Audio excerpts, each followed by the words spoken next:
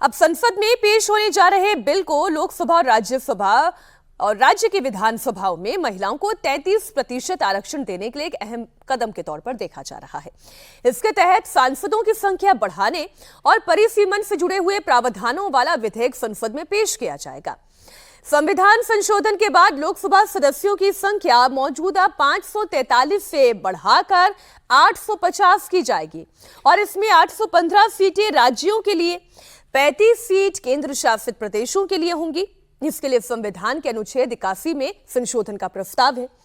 Bill में साफ किया गया है कि जनसंख्या का मतलब उसी जनगणना से होगा जिसके आंकड़े आधिकारिक रूप से प्रकाशित हो चुके हैं। और आप ये जानते हैं कि फिलहाल 2011 की जनगणना के आंकड़े ही उपलब्ध हैं और उन्हीं के आधार पर निर्वाचन क्षेत्रों का पुनर्निर्धारण किया जाएगा। अब संसद का ये स्पेशल सेशन है, देश की सियासत में ये मील का पत्थर साबित होने जा रहा है। सत्र के शुरू होने से पहले प्रधानमंत्री नरेंद्र मोदी ने सोशल मीडिया पर एक पोस्ट भी किया। मोदी ने एक पोस्ट पर लिखा, आज से शुरू हो रही संसद की विशेष बैठक में हमारा देश नारी सशक्तिकरण के लिए ऐतिहासिक कदम उठाने जा रहा है।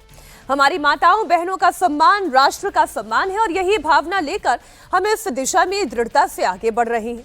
महिला आरक्षण को लेकर विपक्ष सरकार पर लेकिन हमलावर है। अब देखें, प्रधानमंत्री नरेंद्र मोदी ये कह रहे हैं और सरकार ये कह रही है कि महिला आरक्षण बिल ये ऐतिहासिक होने जा रहा है, महिलाओं को अधिकार मिलने जा रहा है, नारी को सशक्त करने के लिए हम ये कदम उठा रहे हैं। लेकिन विपक्ष क्या कह रहा है वो जानना भी जरूरी है, उनकी अपनी चिंताएं हैं। संसद सत्र से पहले दिल्ली में मल्लिकार्जुन खड़गे के आवास पर विपक्ष की मीटिंग है और इसमें संसद में सरकार को कैसे घेरा जाए इसे लेकर रणनीति बनाई जाएगी। आज महिला कांग्रेस जंतर मंतर पर प्रदर्शन भी करेगी। महिला आरक्षण बिल में ओबीसी कोटे की मांग को, यानी कि कोटे के अंदर कोटे की मांग को लेकर कांग्रेस, ओबीसी, एससी, एसटी विभाग और महिला कांग्रेस के कार्यकर्ता प्रदर्शन करने जा रहे हैं। कांग्रेस का कहना यह है कि सरकार महिला आरक्षण की आड़ में परिसीमन के जरिए सत्ता हथियाने का प्रयास कर रही है। राहुल गांधी का कहना है कि बिना कास्ट सेंसस के डेटा के ये प्रस्ताव ओबीसी, दलित और आदिवासी महिलाओं के हक के साथ अन्याय है।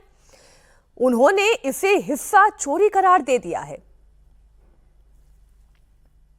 अब बहुत बड़ी बेईमानी की जा रही है। प्रधानमंत्री नहीं चाहते कि कास्ट सेंसस, नए सेंसस, ओबीसी सेंसस के बेसिस पे यह निर्णय लिया जाए।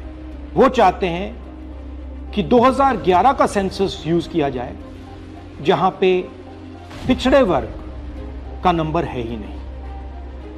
वो आपकी जो भागीदारी है उसको आपसे छीनना चाहते हैं। इनका जो प्रपोजल है इसमें एक और बहुत खतरनाक चीज हो, अगर जो मोदी जी चाहते हैं हो जाए तो जो छोटे स्टेट्स हैं, साउथ के स्टेट्स हैं और नॉर्थ ईस्ट के स्टेट्स हैं, उनका रिप्रेजेंटेशन कम हो जाए, उनको भयंकर नुकसान होने वाला है।